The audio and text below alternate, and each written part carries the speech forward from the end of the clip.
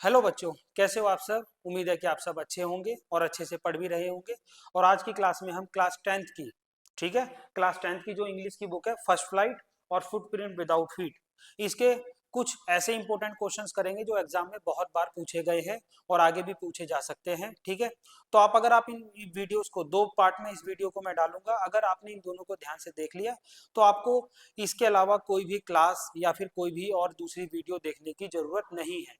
ठीक है, आपके मोस्ट मतलब काफी ज्यादा इंपॉर्टेंट ऐसे क्वेश्चंस हैं जो कि एग्जाम में आपके मोस्ट प्रोबेबली आ भी सकते हैं वो क्वेश्चंस। देखिए, बिना समय गवाए पहला क्वेश्चन की तरफ बढ़ते हैं कि आपका पहला क्वेश्चन कौन सा है। देखिए क्वेश्चन क्या कहता है। क्वेश्चन है हमारा, did the letter reach the God, why did the postmaster send a reply to the Lencho. कि वो जो लेटर था लेंचो ने जो लिखा था, क्या वो भगवान तक डिलीवर हुआ, और अगर डिलीवर हुआ तो बताइए, और अगर नहीं हुआ तो फिर पोस्ट मास्टर ने क्यों उस लेटर का रिप्लाई दिया। तो देखिए, जो लेटर था वो ना भगवान तक डिलीवर नहीं हुआ क्योंकि he didn't want to jeopardize him great faith in God. क्योंकि पोस्ट मास्टर जो था वो नहीं चाहता था कि पोस्टमैन उसका लेंचो का विश्वास जो भगवान पर है वो टूटे। ठीक है, फेथ, फेथ का मतलब विश्वास। द मेलमैन, और जो वो पोस्ट मास्टर था उसने क्या किया, लैंचो के लेटर का रिस्पॉन्डेड मतलब उसका उत्तर देना, उसके लेटर का उत्तर दिया। As a result the postal delivered, और उसको 70 पैसोस, कितने 70 पैसोस डिलीवर किए लेटर में, जबकि लैंचो ने कितने मांगे थे 100, लेकिन वो 100 तो इकट्ठे नहीं कर पाया, लेकिन उसने 70 पैसोस लैंचो को दिए। The postmaster and postal office staff gathered 70 from his own earning and sent it to Lencho. Postmaster ने जो ये 70 पैसोस थे अपनी सैलरी और पोस्ट ऑफिस के जितने भी बाकी जो कर्मचारी थे उनसे इकट्ठे करके दिए। ठीक है, तो ये हमारा पहला क्वेश्चन था। आई होप आपको समझ आया होगा। अगला क्वेश्चन जो कि है a long walk to freedom, आपके सेकंड चैप्टर से, what does Mandela referred as an extraordinary human disaster. Mandela, Nelson Mandela जो कि साउथ अफ्रीका के पहले अश्वेत राष्ट्रपति थे, ठीक है, उनकी नजर में एक extra ordinary human disaster, disaster का मतलब क्या होता है, डिजास्टर का मतलब या तो आप कहिए संकट या फिर बहुत कोई एक ऐसी चीज जो कि नेगेटिव है। क्या थी सबसे बड़ी दुर्घटना, क्या थी। Nelson Mandela referred to it as an extraordinary human disaster because, देखो नेल्सन मंडेला की नजर में एक एक्स्ट्रा ऑर्डिनरी ह्यूमन डिजास्टर जो थी वो क्या थी। इसको एक मिनट रुकिए, थोड़ा सा जूम कर लेता हूं। ड्यूरिंग द एपरथाइड, देखो बेटा एपरथाइड, ये जो एपरथाइड है ना, यही क्या है, यही जो थी रंग भेद की नीति जो साउथ अफ्रीका में उस समय चल रही थी। जो वो उनका मानना था कि जो सबसे बड़ी एक्स्ट्रा ऑर्डिनरी ह्यूमन डिजास्टर है वो है साउथ अफ्रीका में एपरथाइड। जो एपरथाइड रंग भेद के आधार पे जो भेदभाव, नस्ल के आधार पे जो भेदभाव किया जाता है वो।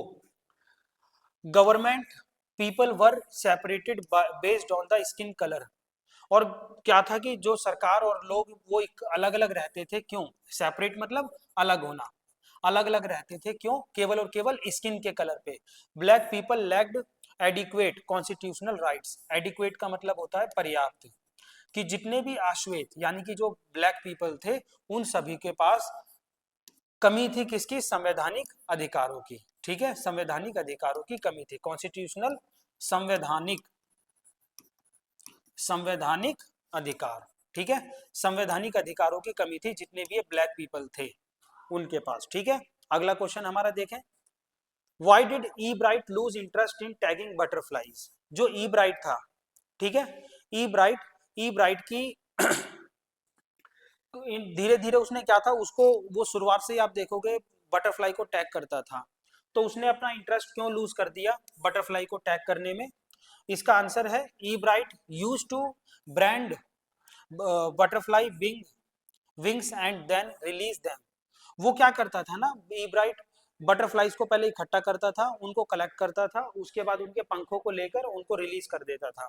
इन reality thousand of monarch butterflies lived in the basement of his house, he began to lose interest it because it was a monotonous job with a little feedback. क्या था ना एक्चुअली में, ई ब्राइट ना लेटर लिखा करता था, ई bright, sorry, ई bright जो था उसकी जो उसके बेसमेंट में ही हजारों मोनार्क बटरफ्लाई रहा करती थी, और वो उनको कलेक्ट करता भी था। लेकिन जो उसकी माँ ने एक बुक ला कर दी थी, आप लोगों को पता हो, द ट्रेवल ऑफ मोनार्क 10, उस बुक में जो उनके वहां के वो साइंटिस्ट थे, इन ये उन साइंटिस्ट को क्या करता था, बार बार इसकी मोनार्क बटरफ्लाई की जो डिटेल्स हैं वो उनको दिया करता था, लेकिन वहां से कोई फीडबैक नहीं मिलता था। तो इसका धीरे धीरे इस कारण से क्या हुआ, इंटरेस्ट खोने लगा ये, ठीक है। यहाँ पर एक वर्ड है मोनोटोनस। मोनोटोनस मतलब होता है something which is very boring, कोई एक ऐसी चीज जो हम लगातार करते हैं ना, तो उसको हम बोलते हैं मोनोटोनस या फिर बोरिंग। अगला क्वेश्चन,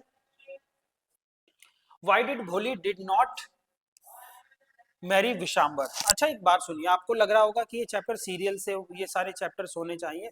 एक्चुअली ये क्या है ना, ये केवल एक आपकी रिवीजन है, आप लोगों ने ऑलरेडी चैप्टर्स पढ़ रखे हैं, ये केवल रिवीजन है कि कौन कौन से क्वेश्चंस हैं जो हमें चैप्टर्स में से पढ़ने चाहिए।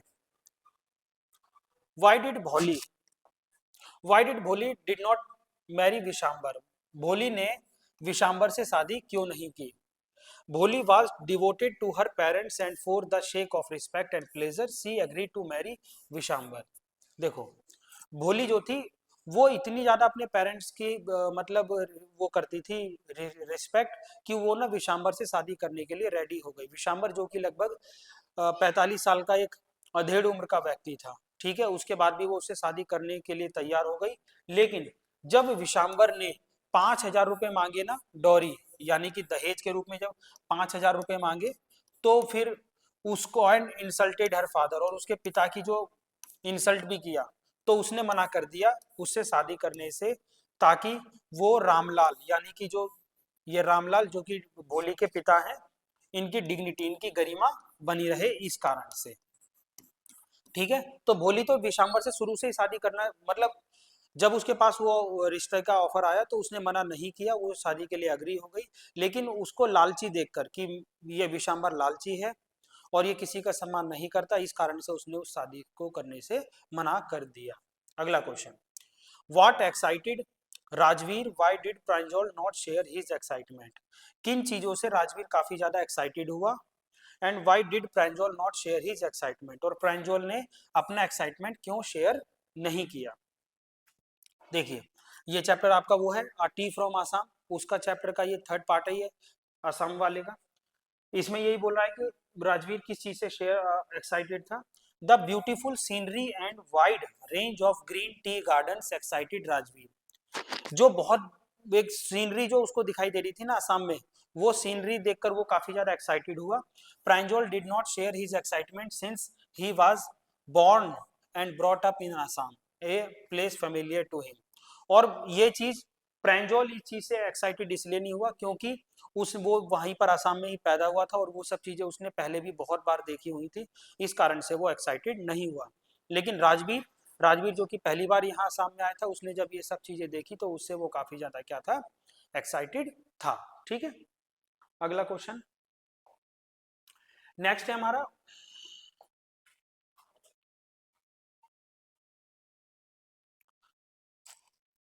What what was Horace Danby's hobby. Horace Danby की हॉबी क्या थी बच्चों, ठीक है, हॉरेस डेनबी की हॉबी क्या थी, how did he manage to fulfil it. Horace Denby, a question of trust, याद है, अ क्वेश्चन ऑफ ट्रस्ट हमारा इस चैप्टर का नाम है।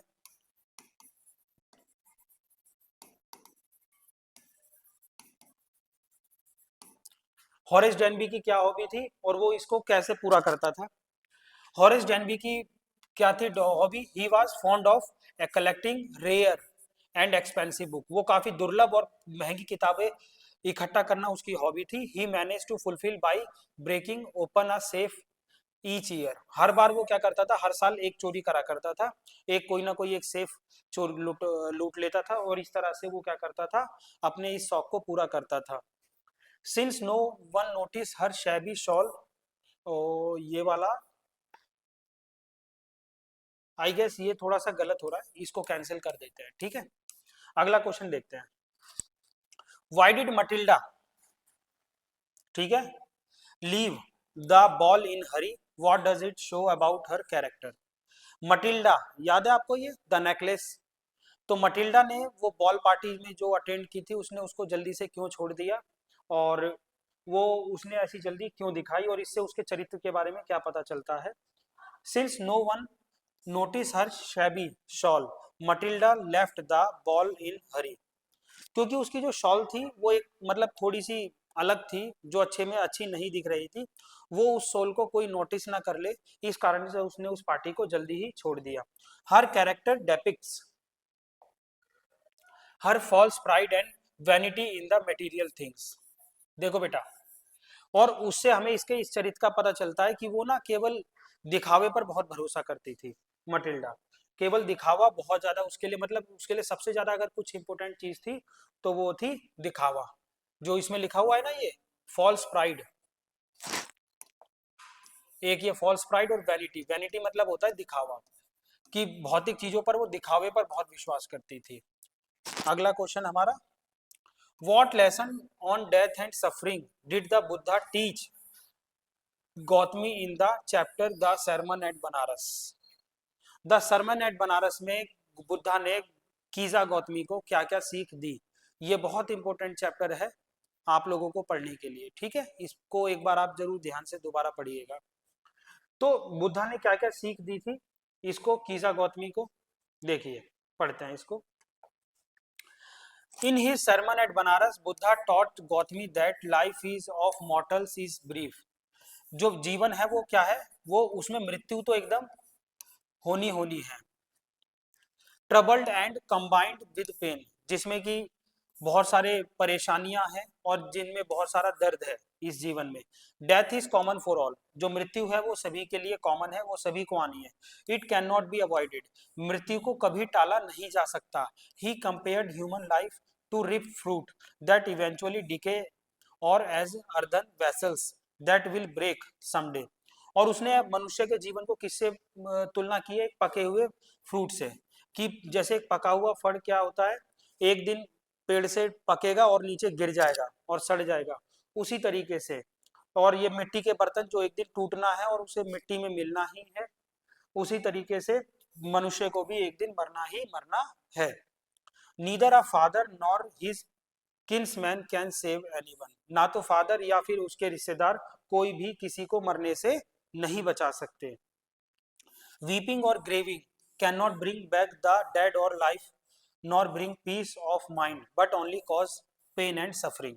और केवल रोना या फिर दुख मनाने से कभी कोई जीवित नहीं होगा, ना कोई जीवन में वापस आ सकता। ये केवल क्या कर सकते हैं, रोने से हमारी जो दिमाग की शांति है वो खत्म हो जाएगी, हमारा दुख बढ़ेगा, हमारी पीड़ा बढ़ेगी बढ़ेगी। ये चीज बताई हमारे किसने, बुद्धा ने, किसको, कीजा गौतमी को, जो ये चाहती थी कीजा गौतमी बुद्धा से कि वो उनके बेटे को जीवित कर दे। अगले क्वेश्चन की ओर बढ़ते हैं, और अभी इसी में आगे, and grieving body one should accept death without lamentation complaint and overcome sorrow and grief thus bringing peace of mind which is blessing. देखो कि इसलिए क्या करना चाहिए, हर किसी को जो मृत्यु है ना उसे एक्सेप्ट कर लेना चाहिए, मृत्यु को बिल्कुल एक्सेप्ट कर लेना चाहिए कि मृत्यु तो होनी है, और उस पर ज्यादा बिल्कुल भी दुख नहीं मनाना चाहिए। वही व्यक्ति क्या हो सकता है, खुश हो सकता है। अगला क्वेश्चन है हमारा, what do we learn about the financial condition of the bakers of Goa. ये चैप्टर किसके बारे में है, गोवा, यानी कि आप बेकर फ्रॉम गोवा, वही जो हमारा ग्लिम्सिस ऑफ इंडिया उसका पार्ट फर्स्ट है ये हमारा। इसमें कह रहा है कि हमारी जो बेकर्स हैं गोवा के, वो उनकी फाइनेंशियल कंडीशन के बारे में हम क्या पढ़ पाए हैं इस चैप्टर से। The bakers of Goa led a prosperous life, जो गोवा के बेकर्स थे वो क्या थे, काफी एक समृद्ध जीवन जी रहे थे, समृद्ध जीवन, जैसा हमने पढ़ा। Baking was a profitable profession in the old days, और जो बेकिंग यानी कि जो ब्रेड मेकिंग थी वो पुराने समय में काफी ज्यादा ही प्रॉफिट वाला काम था। The families and servant of these bakers always looked at happy and prosperous, और जितने भी परिवार होते थे या नौकर होते थे बेकर्स के, वो सभी के सभी क्या थे, काफी हमेशा खुश रहते थे या फिर काफी समृद्ध दिखाई देते थे। देयर प्लम्प, मतलब मोटा, उनका जो मोटा फिजिक्स था, physique, and open testimony of their prosperity. Testimony मतलब गवाही, ये इस बात की गवाही है, जो उनका मोटा शरीर था ना, वो इस बात की गवाही है कि वो काफी समृद्ध थे, उनको खाने की कोई कमी नहीं थी और बहुत अच्छा जीवन व्यतीत कर रहे थे गोवा में बेकर। अगला हमारा question,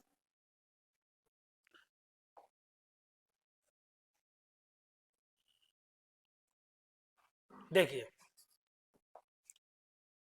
in the poem trees, where are the trees, what are the roots, twigs and etcetera trying to do.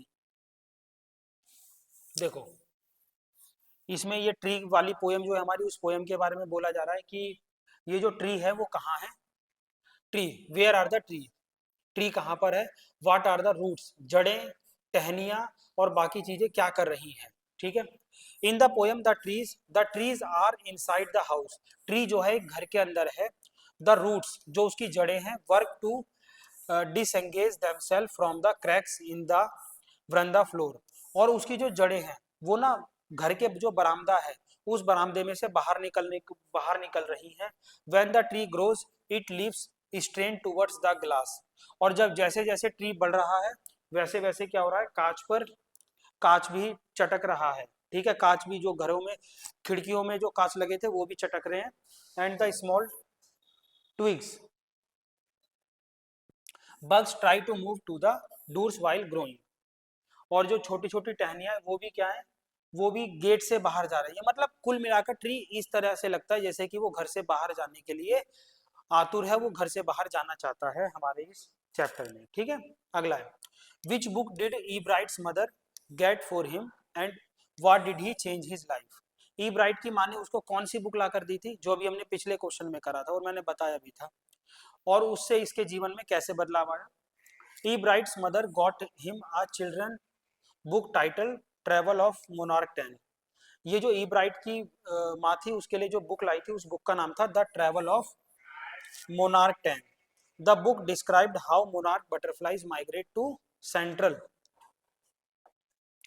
Central America, और ये बुक ना हमें ये बताती है कि किस तरीके से जो बटरफ्लाई है वो कहाँ चली जाती है, सेंट्रल अमेरिका में माइग्रेट। माइग्रेट मतलब क्या होता है, एक जगह से दूसरी जगह चले जाना, ठीक है ना।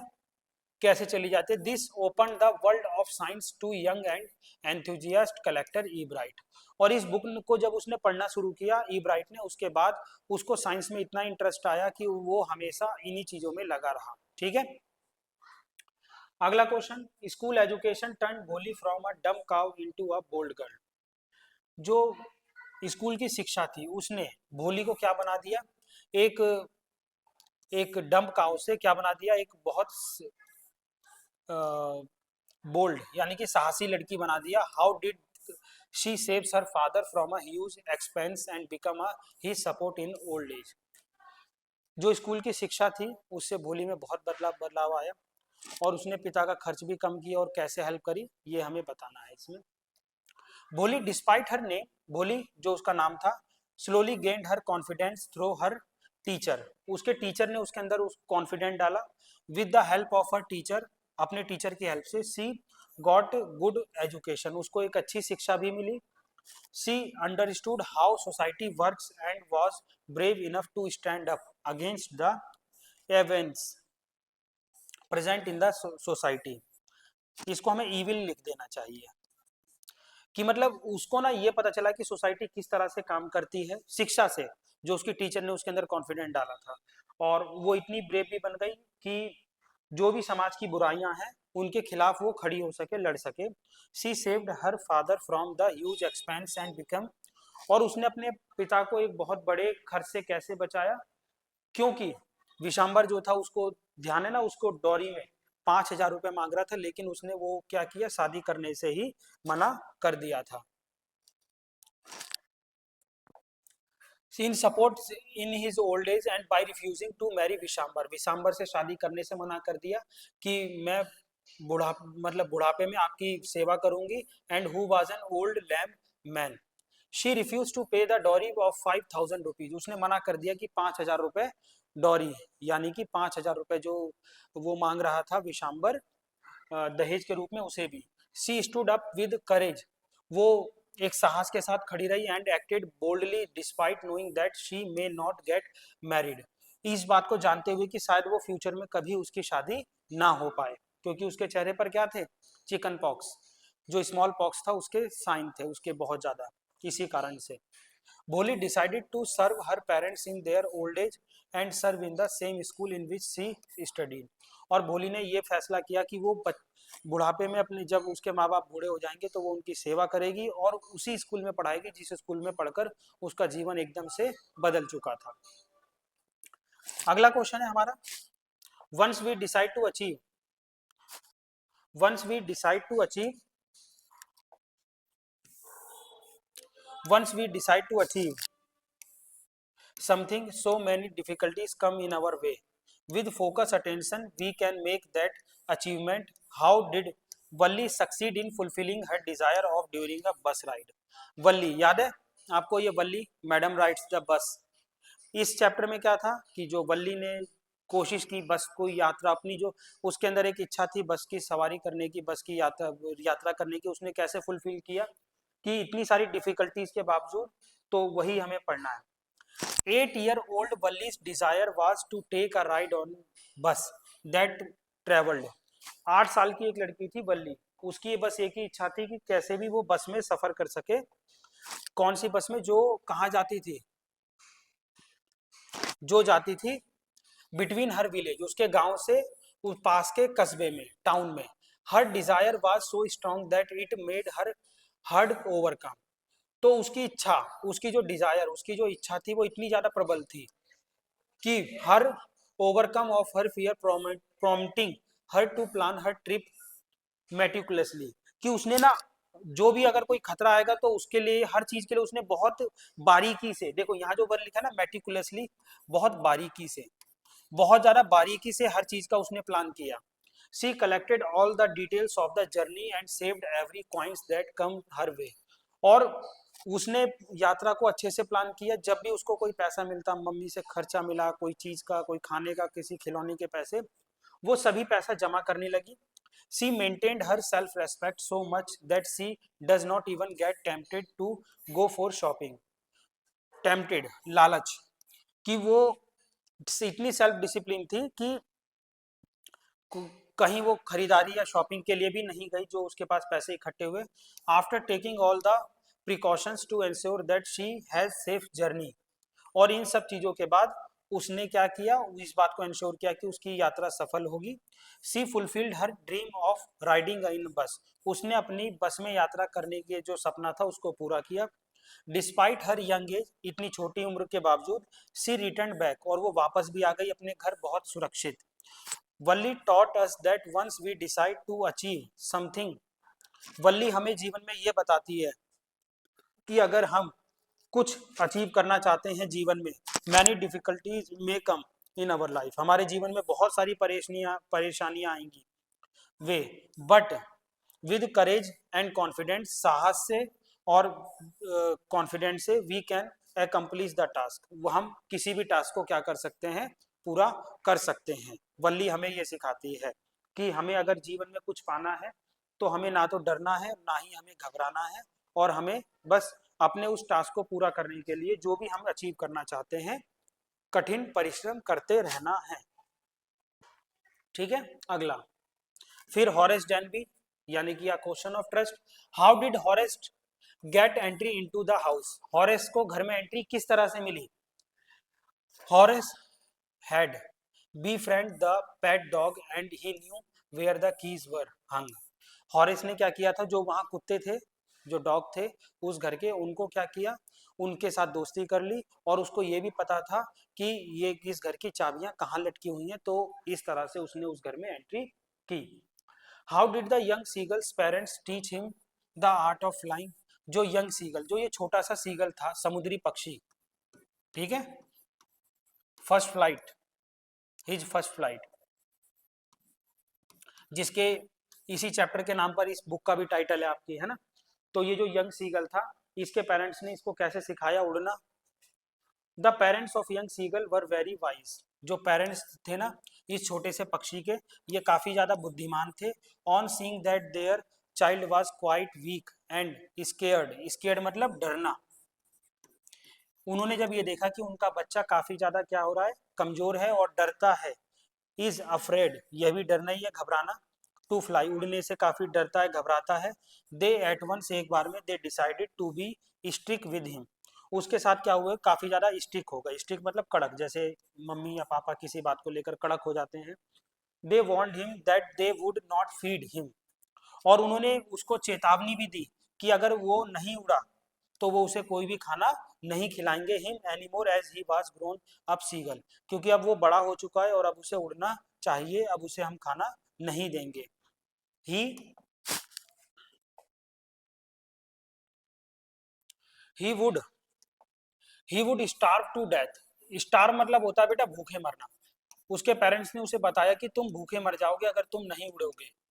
If he did not fly, they tempted him by showing flesh and eating in front of him, but they did not offer him it to him. वो उसके सामने खाते थे मछली या कोई मांस का टुकड़ा, उसको दिखाते भी थे, उसको लालच देते थे, लेकिन कभी उसको दिया नहीं उन्होंने। हंगर की भूख से वो इतना ज्यादा प्रवोक हुआ, प्रवोक का मतलब हो गया इतना ज्यादा वो उकसाने लगे उसे, मतलब उकसाना होता है प्रवोक, उसको इतना ज्यादा उकसाया कि यंग सीगल ने क्या किया, उड़ना ही अच्छा समझा, ultimately he made effort and was successful, और इस तरह से वो धीरे धीरे उसने कोशिश की और वो उड़ना शुरू हो गया। ठीक है, describe how Horace डैनबी plan his work, Horace डैनबी कैसे अपने कोई भी प्लान का काम करता था, कैसे उसने प्लान बनाया। देखो हॉरेस डैनबी, क्योंकि वो क्या करता था, उसको रेयर बुक्स, जितनी भी रेयर और एक्सपेंसिव बुक थी उनको पढ़ने का, ओ सॉरी उनको कलेक्ट करने का और खरीदने का उसको बड़ा शौक था, तो उनको लिए वो हर साल क्या करता था, एक सेफ वो चोरी करता था, मतलब एक सेफ लूटता था। तो क्या करता था, देखिए कैसे करता था ये। Horace डैनबी was an intelligent and clever thief, Horace डैनबी क्या था, काफी ज्यादा इंटेलिजेंट और बहुत चालाक थीफ था। ही robbed a safe every year which would suffice him for 12 months। देखो वो क्या करता था, हर साल एक एक सेफ को चोरी करता था, जो कि उसके ये 12 महीनों के लिए पर्याप्त होती थी। He planned his robbery very carefully, और वो एक रॉबरी को क्या करता था, बड़ी केयरफुली, बहुत सावधानी पूर्वक प्लान करता था। He studied the complete situation of his house at the shoot over grange for the 2 weeks, और अब जो अगली चोरी करने वाला था वो शूट है वो ओवर ग्रेनेज में, तो उसने उसके लिए पूरा 2 हफ्ते तक पूरा देखा, उसने जांच पड़ताल की कि वहाँ कौन है, कितने लोग रहते हैं, क्या होता है।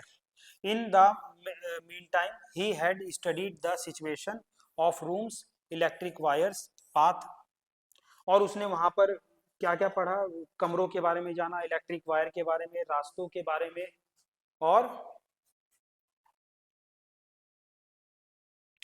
गार्डन, वहाँ के बगीचे के बारे में। He had studied in details plan of drawing room के बारे में भी जाना। He also knew about the keys, he had seen where the housekeeper hang the keys every time, और उसको ये भी पता चल गया कि जो हाउस कीपर है वो घर की चाबियां कहाँ उसको लटका कर रखते हैं। He befriend the pet dog, और वो कुत्तों के साथ भी दोस्त बन गया। He escape him while robbery, thus he made all the security arrangements by ensuring that there was no problem in the breaking there। तो उसने ना मतलब पूरी तरीके से प्लान कर लिया कि जो सेफ को मुझे लूटनी है तो कोई भी मुझे बाद में कोई दिक्कत ना हो, कोई भी प्रॉब्लम ना हो, ठीक है, उस चीज के लिए। Write the character sketch of Helen the young girl. I guess ये चैप्टर आपका कट चुका है ना, इसको रहने देते हैं, इसको कैंसिल कर देते हैं, इस वाले इसको, ठीक है, उस वाले चैप्टर को छोड़ देते हैं, अगला क्वेश्चन करते हैं।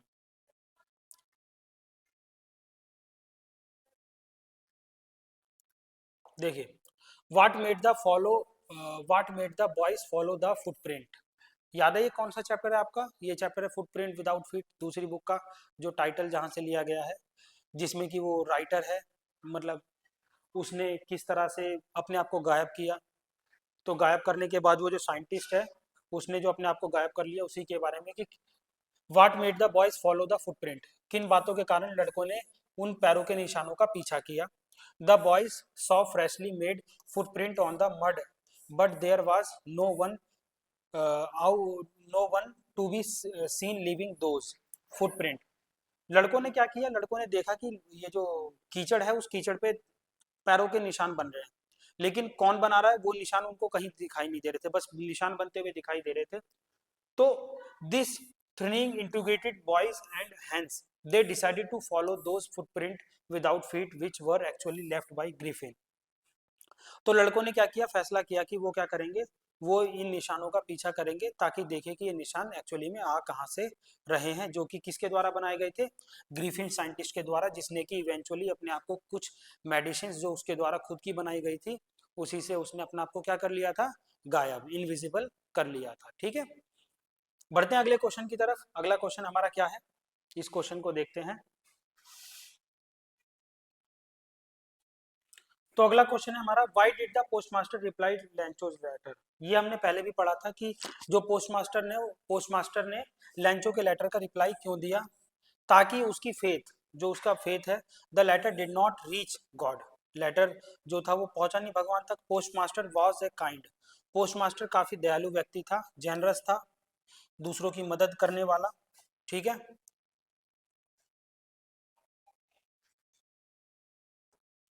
Helpful and God fearing man, जो कि भगवान से डरने वाला व्यक्ति भी था।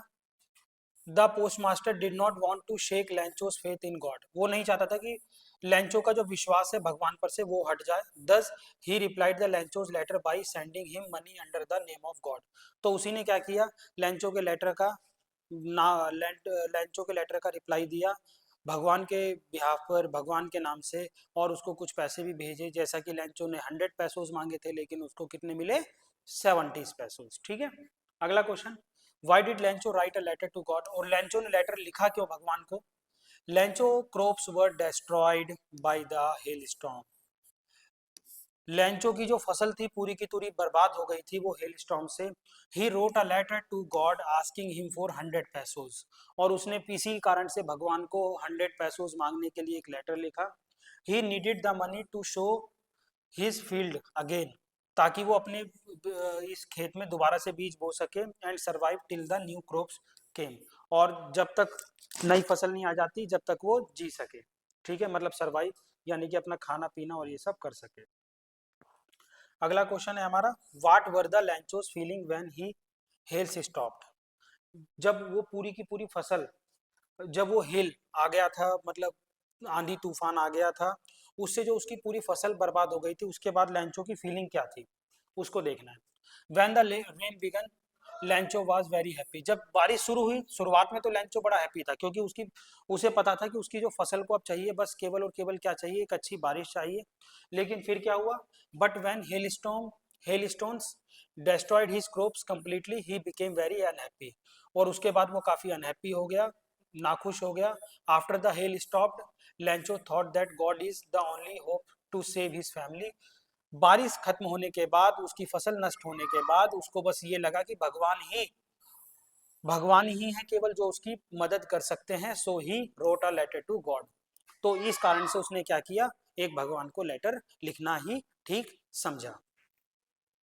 अगला क्वेश्चन हमारा, how did Valli react when she saw the dead cow by road side, Valli ने कैसे रिएक्ट किया जब उसने एक मरी हुई गाय को रोड साइड पर देखा। जब वल्ली ने जो अपना सपना फुलफिल कर लिया बस की यात्रा करने का, उसने जब मरी हुई गाय को देखा तो उसने कैसा रिएक्ट किया। Valli was extremely excited about her bus journey, बहुत ज़्यादा एक्साइटेड थी वो अपनी बस की यात्रा को लेकर। She had carefully plan the save for this, और उसने बहुत केयरफुली प्लान भी किया था और इसके लिए उसने बचाया भी था काफ़ी सारा। ठीक है, on her return to the journey, और जब वो वापस आ रही थी, when she saw the dead cow on the roadside, उसने देखा एक मरी हुई गाय जो कि सड़क के किनारे है, एंड सैड, वो सैड हो गई उस गाय को देखकर। She lost her enthusiasm to see the dead cow, उसने मरी हुई गाय को जब देखा रास्ते में, तो वो उसने जितना भी उसके अंदर जो एंथुजियाज्म यानी कि जो उत्साह था ना, वो उसका एकदम से ठंडा पड़ गया। Became pensive and hard had negative views towards life, और वो काफी ज्यादा निगेटिव हो गई उसी टाइम उस मरी हुई गाय को देखकर। अगला क्वेश्चन देखें। डोंट वरी पिताजी, in your old age I will serve you and mother. Through this statement, the narrator wants to highlight the moral values of Bholi was imbued with. Based on the reading of this lesson, what made Bholi aware of this? Her rights, how did she use them? देखो, आपको याद है ना भोली का, अभी जो हमने पढ़ा कि जब भोली ने विशांबर से शादी करने से मना कर दिया, उसके बाद उसके पिता ने पूछा भी कि तुम करोगी क्या, आप तुम्हारी तो फ्यूचर में शादी भी नहीं हो पाएगी। तो भोली ने क्या बोला था कि मैं बुढ़ापे में आपकी और मम्मी की हेल्प करूंगी, माँ की हेल्प करूंगी, मतलब उनकी सेवा करूंगी और स्कूल में पढ़ाऊंगी। तो इससे हमारे सामने भोली के कौन कौन से गुण हैं जो कि हमें सामने दिखते हैं, ठीक है, उन गुणों के बारे में थोड़ा चर्चा करते हैं। Bholi as a child was mostly ignored और मेड फन ऑफ। भोली एक ऐसा बच्ची थी जिसका कि या तो उसको इग्नोर करा जाता था, अनदेखा, या फिर उसका बहुत ज्यादा मजाक बनाया जाता था। Her peers made fun of their looks while her parents gave up her upon finding a good home to marry. उसके जितने भी साथी थे वो उसका मजाक बनाते थे जैसी वो दिखती थी, क्योंकि उसके फेस पर क्या था, चिकन पॉक्स के मार्क्स थे। और उसके पेरेंट्स ने भी क्या कर दिया था, पूरा गिव अप ही कर दिया था इस बात को छोड़कर कि इस बात को सोचकर कि अब इसको एक अच्छी घर नहीं मिलेगा शादी के लिए। In the and they found, उसको मिला भी एक ग्रीडी ओल्ड मैन, एक लालची व्यक्ति मिला था, विशांबर। विडोड मतलब कि जिसकी पत्नी मर गई थी, उसकी ऑलरेडी शादी हुई थी, उसके 2 बच्चे भी थे शादी के लिए। तो भोली ने इन सब चीजों के बावजूद क्या किया, डिसाइड कर लिया कि वो उससे शादी करेगी, क्योंकि वो अपने पेरेंट्स को निराश नहीं करना चाहती थी और वो अपने पेरेंट्स से क्या करती थी, बहुत ज्यादा respect. Mated out by her parents displayed utmost respect and concern for them. उसने केवल कि वो अपने पेरेंट्स की चिंता करती है, अपने पेरेंट्स की बातें मानती है, रिस्पेक्ट करती है, इस कारण से उसने क्या किया, उसने फैसला किया कि वो शादी करेगी विशांबर से। बट हुआ क्या, She showed the love and affection towards her parents and rarely disobeyed. वो कोई बात ना माने ऐसा नहीं होता था। This attitude is noticed when, despite knowing the attitude of her to be husband, she willingly agrees to get married to him for the sake of her parents. अपने पेरेंट्स के लिए, जो अपने होने वाले पति की सच्चाई जानकर भी उसने फैसला किया कि वो शादी करने के लिए रेडी है, ठीक है। भोली while being submissive was also a determined and confident girl who gained her self respect through her education। और उसको जितनी भी उसको सेल्फ रिस्पेक्ट थी, यानी कि आत्मसम्मान, वो सब कहाँ से मिला, एजुकेशन से। Her teacher during the course of Bholi's education her teacher during the course of Bholi's education made her aware that these rights. और ये सब चीजें भोली के टीचर ने उसको सिखाई थी। She wasn't ready to demean herself but stood confidently. और वो बड़े ही कॉन्फिडेंट के साथ खड़ी रही against the proposal of greedy, एक लालची जो व्यक्ति था। And told her parents that she would not take care of them, कि मैं आप लोगों की क्या करूंगी, सेवा करूंगी बुढ़ापे में, ठीक है। आगे देखिए अगला question. Why did Matilda not want to see her rich friend. Matilda जो थी उसकी शादी हुई थी, एक आपको पता होगा कि एक नॉर्मल से एक मध्यम वर्ग के परिवार में, ठीक है। तो वो अपने जो उसके रिच फ्रेंड थी उसको वो क्यों नहीं देखना चाहती थी, इसके पीछे क्या रीजन है। Matilda was not satisfied with her life. Matilda जो थी ना, अपने जो उसको वो जिस जीवन में जी रही थी उससे वो संतुष्ट बिल्कुल भी नहीं थी। With what her life had to offer was ashamed of her status. उसके लिए ना, जो उसका जीवन है, जो उसकी स्थिति है, वो क्या थी, उसके लिए एक शर्मिंदगी वाली थी, जिसपे वो बहुत शर्मिंदा होती थी। As she was humiliated by lower middle class existence. और उसको ऐसा लगता था कि उसके साथ गलती हो रहा है, जो ये लोअर मिडिल क्लास परिवार में उसकी शादी हुई है। She generally avoided meeting of rich friend. जो उसके जो धनी परिवार के दोस्त थे ना, उनसे वो मिलती नहीं थी, जैसे कि ये फॉरेस्टियर से एक बहुत धनी लेडी थी वो, whom she knew from her days when she convent school. जब वो स्कूल में थी, जब से उसको जानती थी वो, लेकिन उससे नहीं मिली, केवल इस कारण से क्योंकि वो अपने आप को बहुत शर्मिंदा, वो उसे लगता था कि वो उसे शर्मिंदगी महसूस होगी अपने रिच फ्रेंड से मिलने पर, ठीक है। तो वो संतुष्ट नहीं थी अपने जीवन से कुल मिलाकर। Matilda. What is the twist at the end of the story the necklace? जो नेकलेस स्टोरी है उसके एंड में क्या ट्विस्ट होता है, एकदम क्या ऐसा होता है जिससे कि सब चीजें चेंज हो जाती हैं, देखते हैं। Matilda had borrowed a diamond, एक मटिल्डा ने क्या किया था, एक डायमंड का नेकलेस अपनी फ्रेंड यानी कि वही फॉरेस्टियर से लिया था, और उसने उसे क्या कर दिया, खो दिया। In order to replace it, अब वो उसको बदलना चाहती थी, इसके लिए उसने क्या किया, they had to borrow money, उन्होंने पैसा उधार लिया। मटिल्डा और मटिल्डा के पति ने यूज ऑल द सेविंग, और जितना भी अपनी बचत थी वो भी सब खर्च कर दी। They bought it for 36,000 francs, और उन्होंने ये नेकलेस कितने में खरीदा था, 36,000 फ्रैंक में। And it took them 10 years to repay the money, और उनको 10 साल लगा ये सारा पैसा चुकाने में, जो उन्होंने ये पैसा जितना भी उधार लिया था। Matilda had to live a horrible life of necessity to help save all that they could. और मटिल्डा बहुत ही एक ऐसा जीवन जीने लगी जो उसने कभी सपने में भी नहीं सोचा था। उसको लगता था कि उसका जीवन आगे सुधरेगा, लेकिन और बद से बदतर स्थिति हो गई, वो खुद एक नौकरानी की तरह बनकर रह गई थी। One Sunday while walking at the Champs Elysees, Matilda met Jenny, Matilda Jenny से मिली। As they had paid back the debt now, क्योंकि उन्होंने अपना सारा कर्ज मटिल्डा ने वापस कर दिया था। Matilda disclose the fact that she had, Matilda ने उसे बताया कि उसने क्या किया था,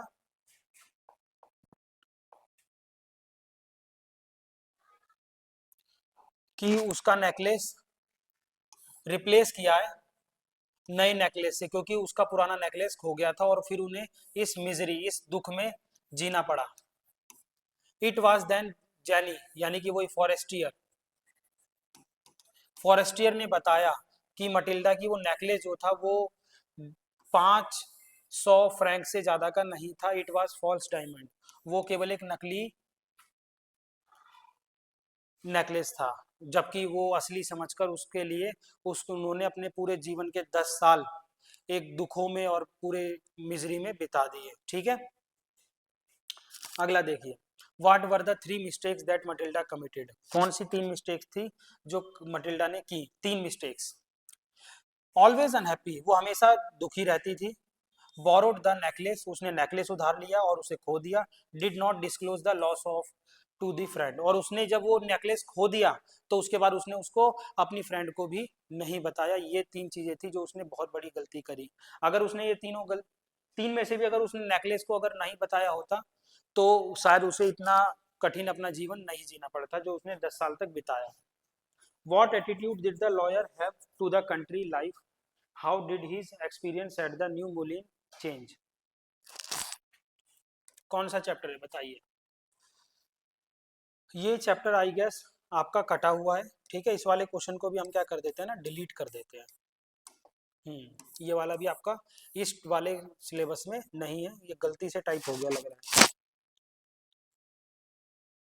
अब देखो फिर अगला एक क्वेश्चन काफी इंपॉर्टेंट है, क्योंकि ये क्वेश्चन है मंडेला यानी कि आपका चैप्टर 2 जो है ना, लॉन्ग वॉक टू फ्रीडम, उसका है। क्या ये चैप्टर? देखिए, Mandela says that countries greatest wealth is people, not the purest diamonds, justify his statement. जो मंडेला है वो कहते हैं कि जो हमारे देश की जो असली संपदा है वो इसके लोग हैं, ना कि नकल वो जो डायमंड है वो। क्योंकि आप लोगों को पता होगा दुनिया में सबसे ज्यादा जो डायमंड मिलते हैं ना वो साउथ अफ्रीका में मिलते हैं। तो मंडेला ये कहता है कि जो असली डायमंड है वो यहाँ के लोग हैं, ना कि डायमंड। इस स्टेटमेंट को हमें एक्सप्लेन करना है। कैसे? देखिए,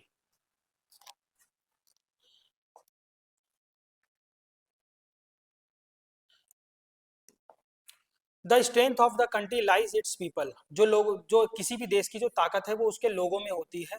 the great patriots of South Africa were Mandela's comrades in the struggle of freedom. देखो बेटा, जितने भी महान जो देशभक्त थे, पेट्रॉइट्स बोले तो देशभक्त, जितने भी देशभक्त थे वो सब मंडेला के कॉमोरेड्स, साथी, वो सब मंडेला के साथी थे स्वतंत्रता के संघर्ष में। They fought for the an idea, went to prison, वो एक विचार के लिए लड़े, एक विचार के लिए। कौन सा विचार? कि हमें स्वतंत्रता चाहिए। किनसे? ये जो एपरथाइड की नीति है, रंग भेद की जो नीति है, उस नीति से हमें मुक्ति चाहिए। एंड वो जेल भी गए, they pushed to their limits but did not give in, लेकिन कभी उन्होंने गिव अप नहीं किया। Such great man achieved freedom which can not be achieved by possessing the purest of diamonds. और ये सब चीजें ना केवल डायमंड से अचीव नहीं की जा सकती। Thus these men are more precious than the diamonds, तो जो लोगों ने स्वतंत्रता के लिए लड़ाई लड़ी वो ज्यादा कीमती हैं बजाय कि इन डायमंड से। ठीक है, अगला question, Why is 10th May 1994 important for South Africa? 10 May 1994 South Africa के इतिहास में क्यों बहुत महत्वपूर्ण है? 10 मई 1994 is most important for South Africa because, क्योंकि it marks the end of apartheid, ये एपरथाइड की नीति को खत्म करने का एक प्रतीक था। The first democratic elected government headed by Nelson Mandela was formed on this day. पहली एक लोकतांत्रिक सरकार बनी थी और इस लोकतांत्रिक सरकार के जो अध्यक्ष बने यानी कि देश के राष्ट्रपति बने वो कौन थे? Nelson Mandela. तो इस तरीके से ये एपरथाइड की नीति का अंत था। इसीलिए साउथ अफ्रीका के इतिहास में 10 मई, याद रखिएगा 10 मई 1994 जो है ये बहुत महत्वपूर्ण दिन माना जाता है।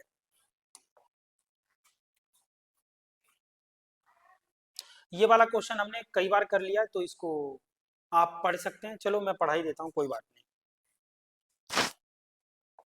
ये भी वैसे क्वेश्चन ना, पता है ये क्वेश्चन सारे के सारे ऐसे क्वेश्चन हैं जो कि एग्जाम में कई बार पूछे गए हैं। डायरेक्टली नहीं पूछे जाएंगे, इनडायरेक्टली पूछे जाएंगे। और अगर आप लोगों ने अभी तक पढ़ा भी नहीं है ना कुछ भी, तब भी अगर आपने इन क्वेश्चंस को कर लिया तो आपको अच्छे से अच्छा कर पाएंगे एग्जाम में, ऐसा मेरा मानना है। आप क्या मानते हैं? आप कमेंट में बता सकते हैं। What was Bholi's teachers role in the changing the course of her life? Bholi की टीचर ने उसको कैसे बदला, भोली को? Boli's teachers played an important role in changing the course of her life. She was polite and friendly, which touched her heart. वो काफी polite रहती थी भोली के प्रति, बाकी सब बहुत ज्यादा उसको इग्नोर कर देते और दोस्त की तरह रहती थी, जिससे कि वो इस चीज ने क्या किया, भोली के दिल को छू लिया। शी यानी कि उसकी टीचर उसको क्या करती थी, उसको एनकरेज, साहस बढ़ाती थी भोली का एवरी टाइम, जब भी वो क्या करती थी, affectionate towards her. She asked Bholi to put aside her fear not to being able to speak properly. उसने भोली को ये भी बोला कि आप जितना भी है जो डरते हो बोलने में, आप अपने सारे डर को साइड रखो और खुलकर बोला करो। सी ट्रांसफॉर्म भोली इनटू अ कॉन्फिडेंट गर्ल। उसने भोली को एक कॉन्फिडेंट गर्ल में बदल दिया। हु कुड रीड, जो कि पढ़ भी सकती थी, लिख भी सकती थी, बोल भी सकती थी अच्छे से। Which is what eventually led her having a self respect and dignity, जिससे कि भोली की जो सेल्फ रिस्पेक्ट और डिग्निटी थी वो वापस आ गई। ठीक है, तो भोली को बदलने में उसकी टीचर का बहुत बड़ा रोल था, इस बात को हमेशा ध्यान रखिएगा। और अगर आपको भी ऐसी कोई प्रॉब्लम है तो आप भी जीवन में एजुकेशन के थ्रू उस चीज को बदल सकते हैं। अगला हमारी पोयम का है Amanda. What could Amanda do if she were a mermaid? कि अगर अमेंडा मरमेड, जलपरी होती, मरमेड अगर एक जलपरी होती तो वो क्या करती? याद है ना ये अमेंडा, जो उसकी माँ उसे हमेशा टोकती ही रहती थी। देखते हैं इसमें क्या है, क्या करती वो अगर वो जलपरी होती। If Amanda were mermaid, she would drift slowly on a languid emerald sea. She would be the sole inhabitant of the relaxed green sea and would move slowly in it. कि वो जो समुद्र है, समुद्र पर अकेली एक वहाँ की निवासी होती और वहीं पर तैरती रहती, और अकेले, क्योंकि अमेंडा जो थी उसको अकेला रहना बहुत ज्यादा पसंद था, इसी कारण से वो नहीं चाहती थी कि उसे कोई बात बात पे, छोटी छोटी बात पे, हर एक बात पे उसे कोई भी टोके या परेशान करे। How did Griffin attack the Mrs hall? Mrs hall को ग्रिफिन ने कैसे अटैक किया? On seeing that Griffin's room was open, जब उसने देखा, ये मिसिस हॉल ने देखा कि ग्रिफिन का कमरा खुला हुआ है, दे पीप्ड, पीप्ड मतलब होता है झांकना, उन्होंने क्या किया, झांका इसके रूम में। जब झांका तो क्या देखा, राउंड दूर सॉ नोबडी, उन्होंने देखा कमरे में कोई है नहीं, एंड डिसाइडेड टू इन्वेस्टिगेट, और मिसिस हॉल ने फैसला किया कि देखे इसके कमरे में है क्या। They saw the clothes and bandage that always wore were lying about the room, उन्होंने देखा कि उसके जो ये था ग्रिफिन, वो अपने जो मुंह पर हमेशा बैंडेज बनाकर, बैंडेज और कपड़े जो पहन के रखता था, वो सब बेड पर पड़े हैं। ऑल ऑफ सडन, अचानक से Mrs Hall heard a sniff close to her eye ear. वो उन्होंने, मिसिस हॉल ने अपने कान के पास में एकदम एकदम खुसफुसाहट सी कुछ सुनी। A moment later the head on the bed post leapt up and dashed itself into her face. और अचानक से क्या हुआ, उसके जो पास में जो एक बेड के पास जो एक टेबल सी पड़ी थी, वो एकदम उसी के मुंह पर आकर गिरी। Springing into the air the bedroom chair charge straight to her. एकदम चेयर भी ऊपर से उसी के पास डायरेक्ट आई। Legs foremost as and she and her husband turned away in terror. वो और उसका पति डर से काफी ज्यादा कांपने लगे। The extraordinary chair pushed them both out of the room. और दोनों को कमरे से बाहर निकाल दिया। Then appeared to slam and lock the door after them. और उसके बाद क्या किया, इन्होंने अपने कमरे को बंद कर लिया। मतलब, और ये सारा अटैक किसने किया था, ये सारा का सारा अटैक किया था उसने, ग्रिफिन ने। ठीक है, हमारा अगला, हमारी अगली पोयम कौन सी है, अगली हमारी पोयम है ये कैरेक्टर्स, यानी कि custard dragon. Who are the character in the poem, वो जो हमारी पोयम है, what are the pet name, उनके पैट के क्या नाम थे। The character in the poem, ये पोयम कौन सी है, इस पोयम का नाम याद नहीं आ रहा, आई गेस, हाँ, tale of custard dragon. The tale of custard dragon में जो पैट थे उनके नाम क्या थे और वो कौन कौन थे। पहला कैरेक्टर था बलिंडा, उसके पास थी एक काली बिल्ली, उसका नाम था इंक। एक था ग्रे चूहा, उसका नाम था ब्लिंक। एक था येलो डॉग, उसका नाम था मस्टर्ड। एक था ड्रैगन, जिसका नाम था मस्टर्ड। और एक पायरेट, यानी कि एक लुटेरा। ये थे कैरेक्टर जो कि हमारी इस पोयम में है, the tale of custard dragon में। Why does Chubukov suspect the arrival of Lomov, Chubukov जो था वो क्यों संदेह कर रहा था कि यहाँ क्यों आया होगा। लोमोव, लोमोव चुबकोव के घर क्यों आया होगा, वो इस बात से क्यों संदेह कर रहा था।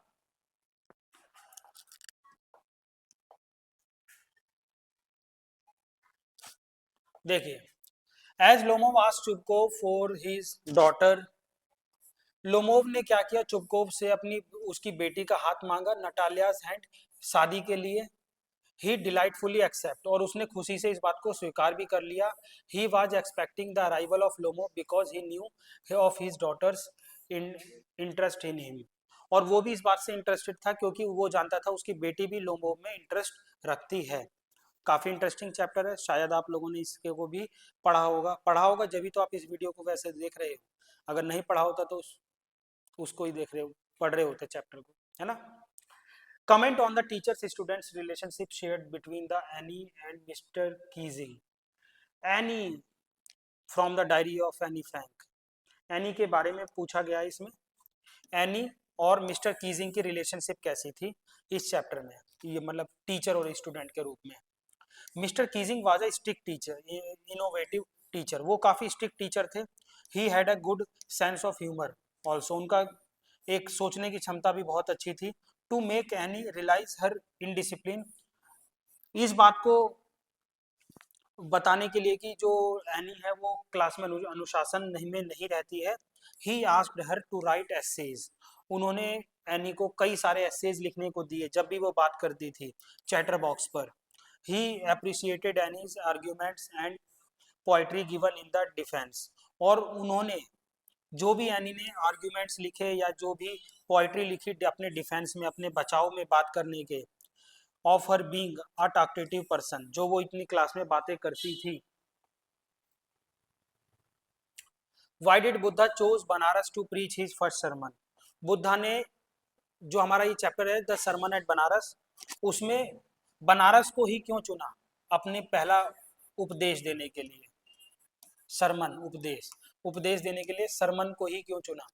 Most holy place on the banks of scared Ganga, देखो सैक्रेड, सैक्रेड मतलब पवित्र, सबसे ज्यादा धार्मिक और सबसे पवित्र नदी गंगा के किनारे पर ये बसा हुआ है। Many people come to get rid of sorrows, कई लोग यहाँ पर आते हैं अपने दुखों को दूर करने के लिए, अपने दर्द को, अपनी पीड़ा को दूर करने के लिए, to repent for their sins, और अपने पापों को धोने के लिए, सिंस। बुद्धा, सिंस मतलब पाप। Buddha wanted to lessen their sorrows and sufferings and so he chose Banaras.